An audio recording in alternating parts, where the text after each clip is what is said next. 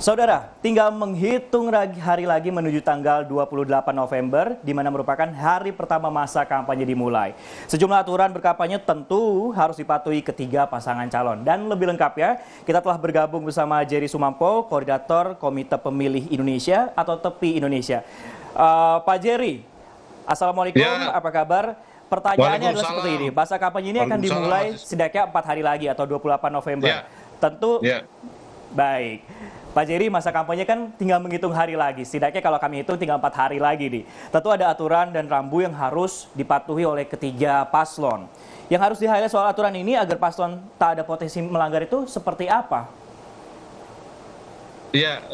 Sebetulnya kalau sekarang ini paslonnya sudah melanggar semua ya, karena pemasangan baliho, alat peraga sosialisasi atau alat peraga kampanye ini sudah terjadi masif di berbagai tempat. Padahal sekarang ini belum masa kampanye. Yang kedua, yang saya kira harus diwaspadai karena itu tema tentang pemilu damai itu menjadi penting itu adalah kemungkinan kan ledek-ledekan antar paslon ya, para pendukung dan lain-lain ini akan cukup tajam dan keras ya.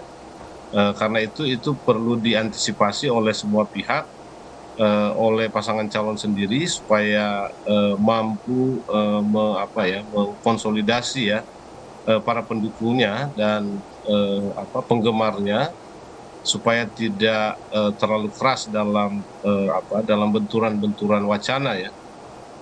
Tapi juga yang penting aparat keamanan dan kepolisian misalnya seperti tadi sudah ada deklarasi damai, saya kira itu baik. Cuma kita tinggal menunggu ya implementasi konkret di lapangan itu seperti apa.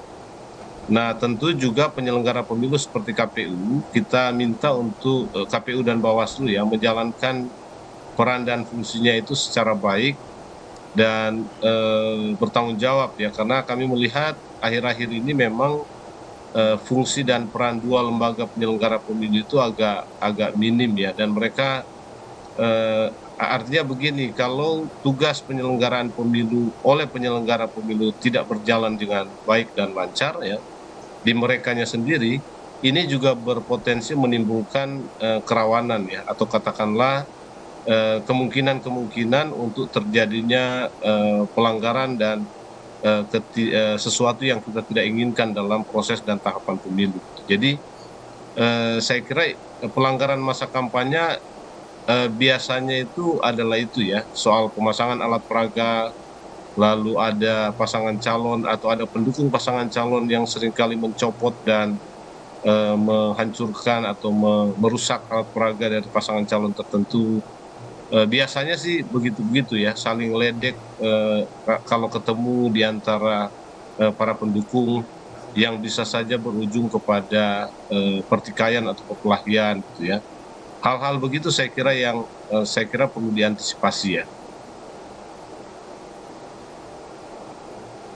Ya, tidak hanya netral dari ASN-nya saja, penyelenggara pemilunya juga harus jelas seperti itu. Dan juga Betul. seperti yang tadi Pak Jerry bilang adalah jangan saling ledek, nanti malah berujung pada bully seperti itu. Tapi yang cukup menarik juga yang baru-baru saja ini menjadi hangat diperbincangkan sebenarnya Pak Jerry adalah Ya. Presiden Jokowi ini menerbitkan PP nomor 53 tahun 2023 nih, soal menteri dan kepala daerah, soal cuti kampanye di hari kerja. Nah, tanggapannya ini seperti apa Pak Jerry?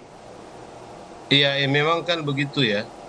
Setiap pejabat itu, menteri dan para pejabat itu harus cuti ketika mau melakukan kampanye. Jadi aturan seperti itu memang dibutuhkan untuk menjadi semacam landasan hukum bagi para pejabat dan menteri yang akan terlibat di masa kampanye ya.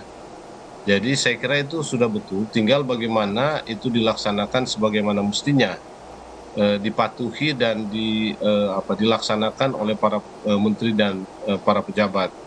Nah, memang salah satu potensi pelanggaran juga itu kan di masa kampanye itu adalah soal netralitas ASN tadi ya. Jadi penggunaan fasilitas negara oleh para menteri dan para pejabat dalam menjalankan kampanye misalnya, atau ya tidak sedang kampanye tapi menggunakan fasilitas negara dan prakteknya di lapangan itu adalah kampanye. Itu, dan saya kira ini yang harus kita himbau ya. kepada para pejabat, para menteri, dan para pelaksana kampanye supaya menghindari sesuatu yang sebetulnya sudah tahu itu sebagai sebuah pelanggaran dan sebagai sebuah pelanggaran ya.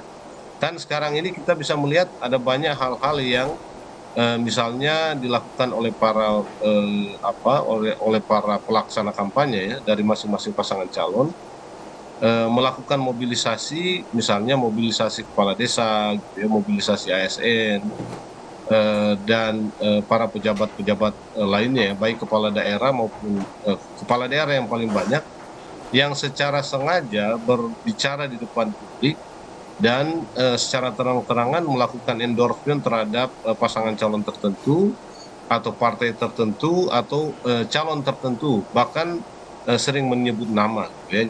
Nah, yang begini-begini kan sebetulnya tidak perlu ya. Tunggu saja pada saat masa kampanye, di waktu yang sudah ditentukan, supaya itu bisa dilakukan. Nah, sekarang itu kan bisa menimbulkan ketegangan ya, karena nanti itu juga akan berujung kepada penindakan yang dilakukan oleh penyelenggara pemilu. Kita bisa lihat sekarang di media sosial banyak sekali yang jenis seperti ini. Ya, kalau ini makin banyak, tidak ada penegakan hukumnya, karena memang mungkin ada keterbatasan, baik keterbatasan sebagai lembaga penegak hukumnya, maupun keterbatasan regulasi, ini kan bisa memicu emosi publik dan para pendukung. Ya, lalu mulai terjadi hal-hal yang bisa saja berujung kepada sesuatu yang nggak kita inginkan. Nah, saya kira seruan atau surat yang dikeluarkan oleh Pak Presiden itu memang seharusnya begitu. Hanya yang kita harapkan itu digunakan ya dan dipatuhi sebagaimana mestinya. Sebagaimana juga tadi Panglima TNI yang baru itu menyampaikan secara terbuka bahwa TNI itu netral. Ya memang semestinya begitu. Semestinya begitu. Tapi kan selalu dalam setiap kali pemilu para pejabat formal itu mengatakan sesuai dengan yang semestinya ya. Tetapi mekanisme di lapangan itu seringkali tidak berjalan begitu. Nah, memang baik tadi Panglima TNI mengatakan ada posko-posko pengaduan kalau misalnya ada aparat TNI yang misalnya terlihat tidak netral. Nah, itu saya kira satu mekanisme yang baik ya. Nah, menurut saya surat dari Presiden Jokowi mungkin juga bisa ditindaklanjuti dengan membuat posko-posko di setiap pemerintahan daerah. Supaya kalau ada pejabat-pejabat, ada menteri yang tidak mematuhi aturan itu atau tidak menjalankan aturan itu bisa dilaporkan di posko yang dimaksud, tidak hanya semata-mata di Bawaslu.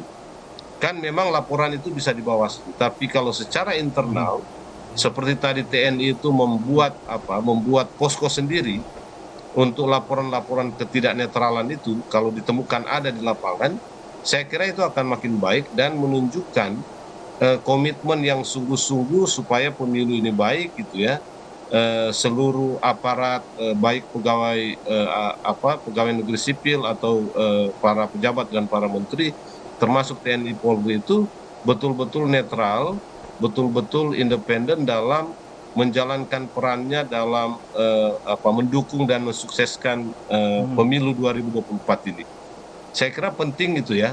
Kita mintalah Pak Presiden untuk membuat posko-posko pengaduan di daerah ya, di tingkat kabupaten kota terkait dengan pelanggaran netralitas ASN atau netralitas para pejabat atau netralitas para menteri ya, kalau memang dia sedang melakukan tugas-tugas kampanye.